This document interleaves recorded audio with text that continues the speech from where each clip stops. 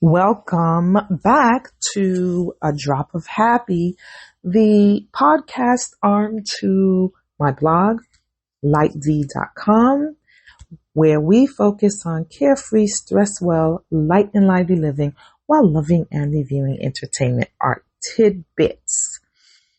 And what are we reviewing today? Finding Me, a memoir by Viola Davis. And there was so much meat and potatoes.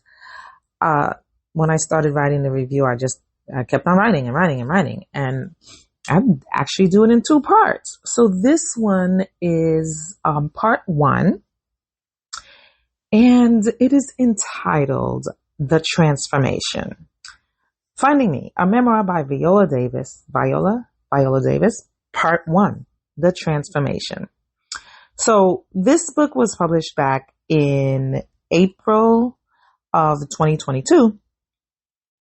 Again, so rich, so full of what I feel are like life lessons that, yes, there's a part one and there will be a part two. I will start off with the book is phenomenal. And really, maybe it's not so much the book is being phenomenal as I find Viola Davis to be phenomenal. Either way, it was a treat to dig in and get into this book and be challenged by her life, really. And I don't even know why it took me so long to read. No, that's a lie. I do. I don't usually even read autobiographies. Like, I really don't usually read either biographies or autobiographies. And honestly, I just started, not just started, but maybe a few years ago, I started reading nonfiction books kind of regularly. And no, I do. I read some and I listen to some on audiobooks. The ones that I read, like, I like to highlight stuff and make notes because I'm a weirdo like that. So normally my inclination is not to run out and grab a memoir or a biography, even, or autobiography, and be like, oh yeah, let me read this. I've listened to a couple in recent years. I listened to Stacey Abrams, a few other people. I can't remember. Becoming and a few. So me getting in tune to audiobooks will really helps. And this one, I did listen to it. And I'm really excited that I decided to listen. I'm not sure why I did. I think I saw something that, had mentioned her book or something, or an interview or something. And I was intrigued. But it did challenge my ideas of forgiveness and acceptance and personal growth and how one deals with their trauma. Viola's life wasn't an easy one, particularly in her younger years.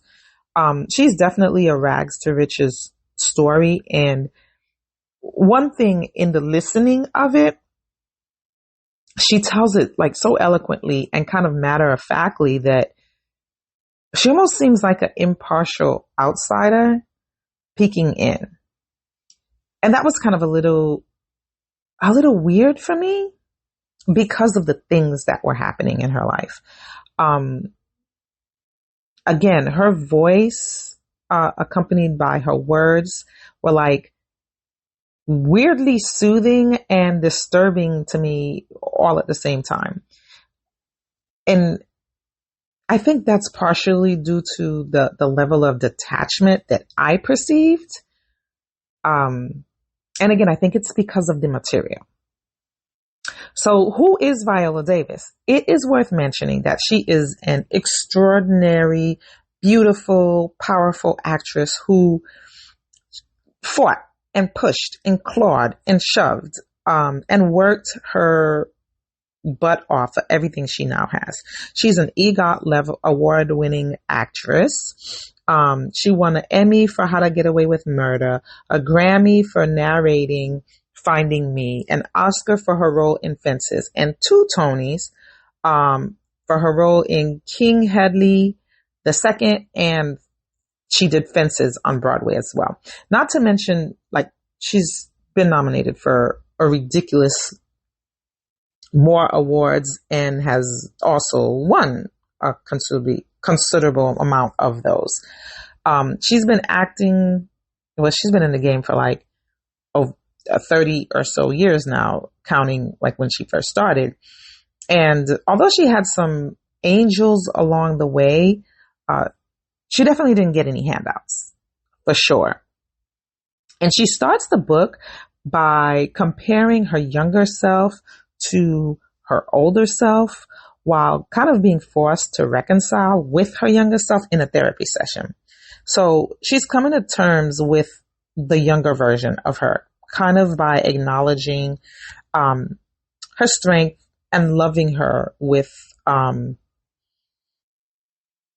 trying to love her, I should say, because throughout it's clear that the reconciliation of that is a journey for her, maybe even a lifelong journey.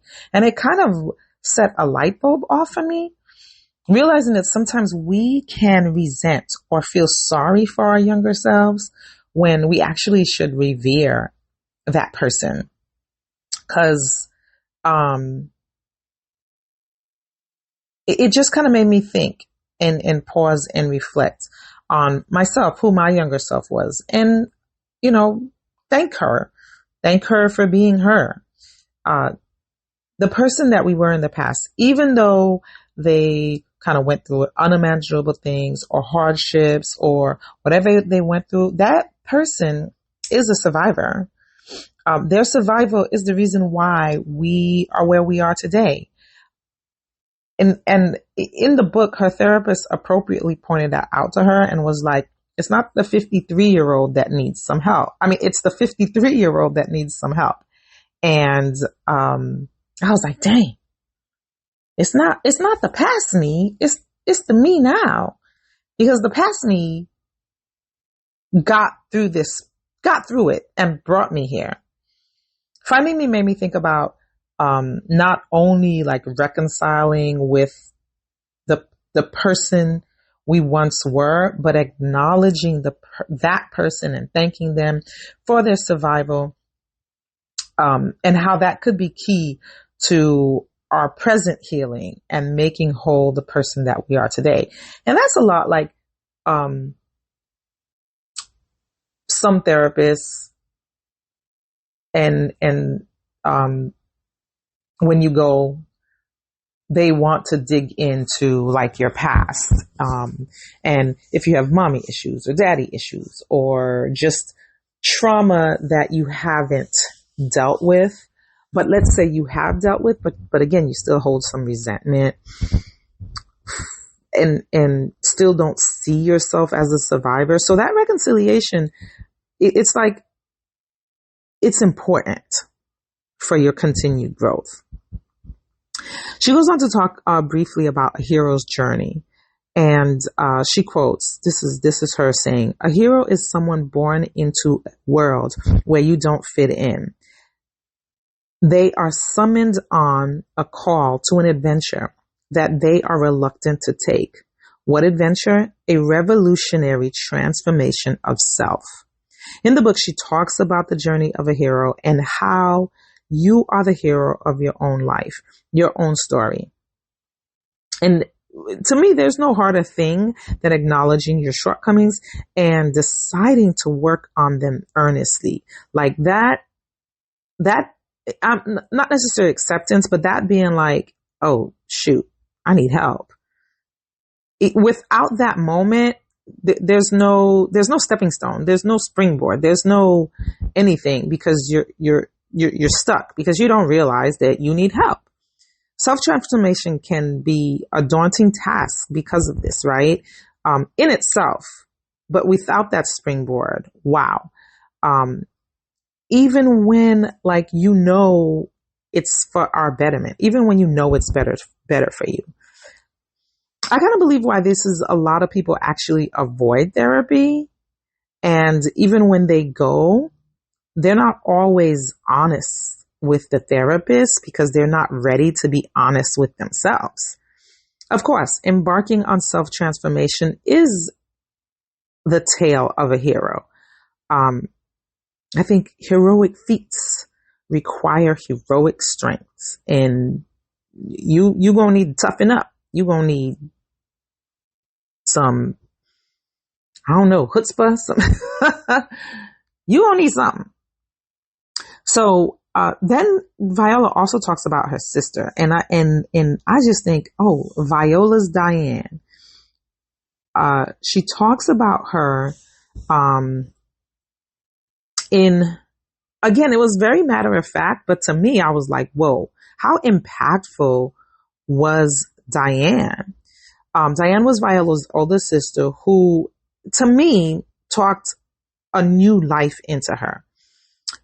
She said, you need to have this is what she said to her. This is what Diane said to Viola. You need to have a really clear idea of how you're going to make it if you don't want to be poor for the rest of your life. You have to decide what you want to be, and you have to really work hard. And the background to this is when Diane was away. Diane was living with, I think her grandma. And so they sent for Diane.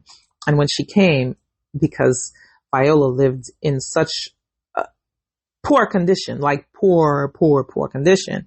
And then so Diane looked around and was just like, baby, this ain't how you want to live. And kind of whispered to her like, yo, you don't want to live like this. And that's why she told her that.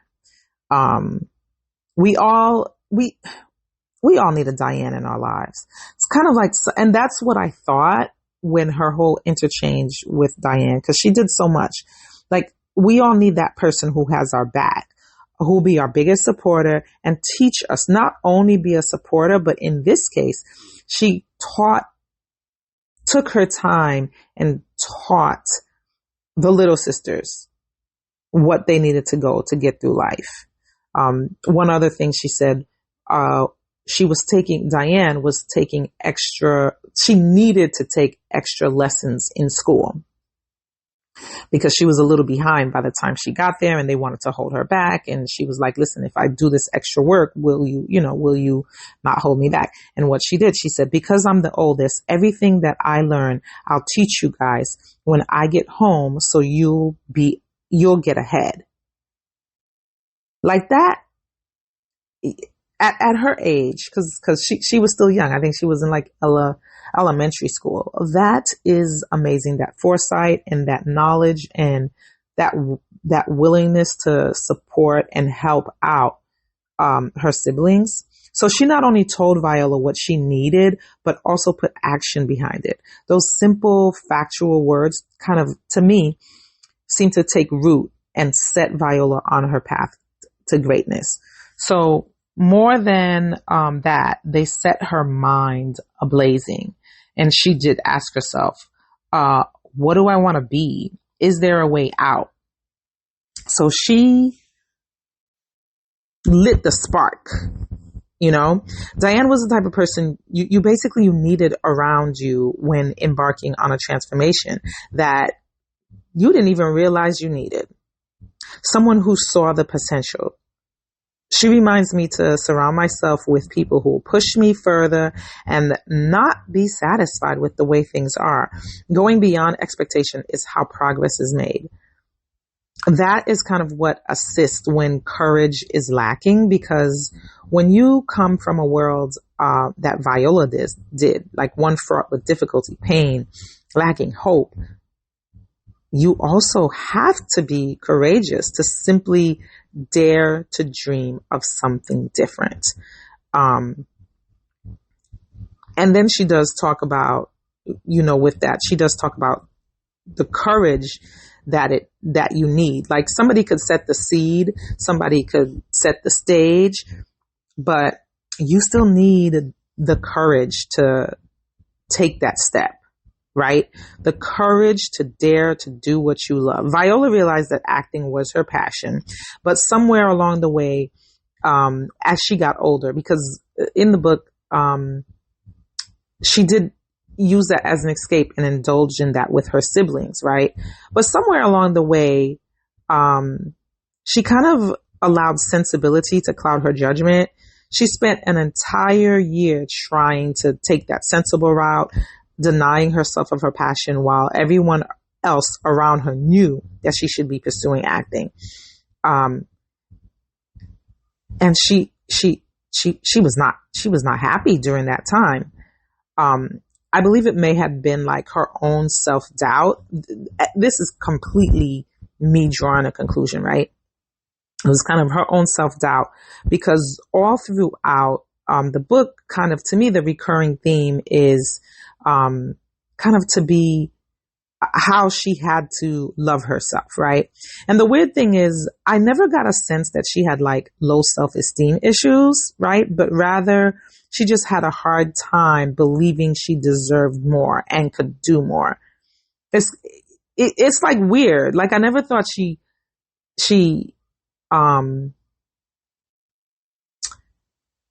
didn't believe in herself. I just don't know if she I just don't know if she thought she deserved it. It's a weird thing to wrap my mind around, but that's the impression that I get. And this is a quote from her: "The cure was courage, the courage to dare risking failure." And just that quote right there, again, risking that failure, being able to challenge yourself, because maybe you don't think you can do it. Maybe you don't think you can, or you deserve it. So she spent the first year of college basically depressed because she wasn't doing this. She wasn't pursuing her gift.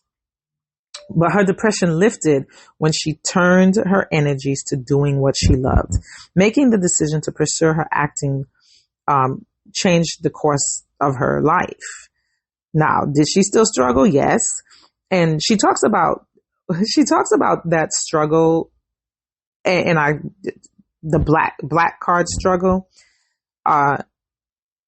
She quotes, "It was like as if I didn't have my black card." She was lost in that in-between space.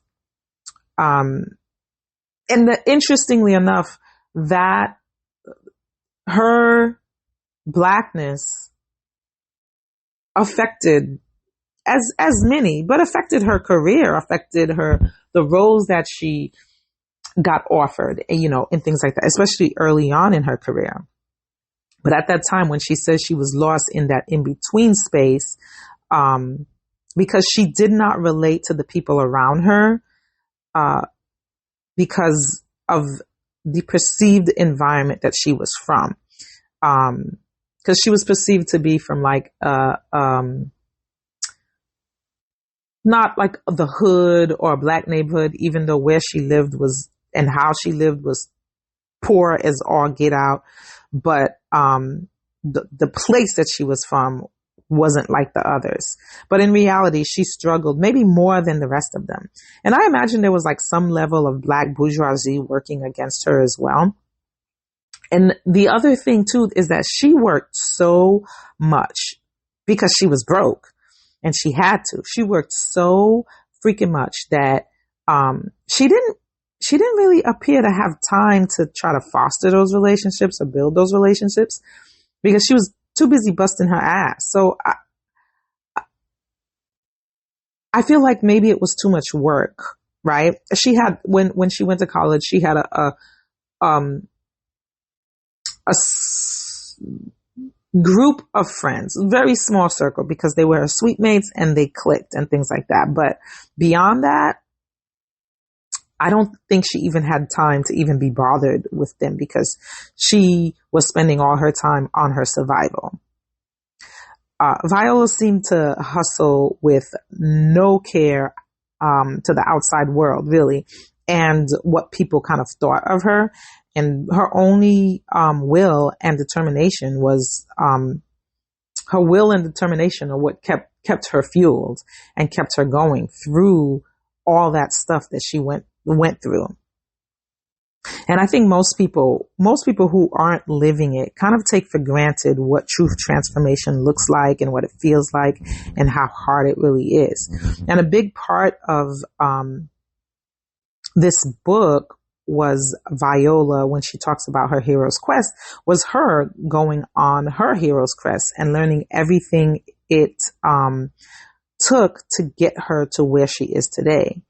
Likewise, our unwillingness to acknowledge, our unwillingness to actively engage in a transformation is sometimes key to our own growth and development and arrival. Our willingness, how did I say unwillingness? Our willingness. Because if we're stuck, if we're not doing that, well, we're stuck. That's just it. We are just stuck. And so this first part focuses on, to me, her transformation, into being the star and the person that she is today and everything that it took. I will be back with, the part 2, and that one is, forgiveness. It's going to be about forgiveness. And, yeah, we'll talk about that. We'll talk about more about like what she went through and who she needs to forgive and why she needs to forgive, because that part kind of tripped me out. But as we kind of move forward and try to tackle the world or living in the world, if there's anything that you think, oh, I need to work on, or, oh, maybe I should assess and see what I need to work on. There's never a time not to start at all. If there's a matter of reflecting on who you once were, there's never a time not to do that. If you enjoyed this, if you liked it, please share, like, subscribe, all that good stuff. If you look at everything is at LiteVitevi. Please share and remember to always live light and stress well.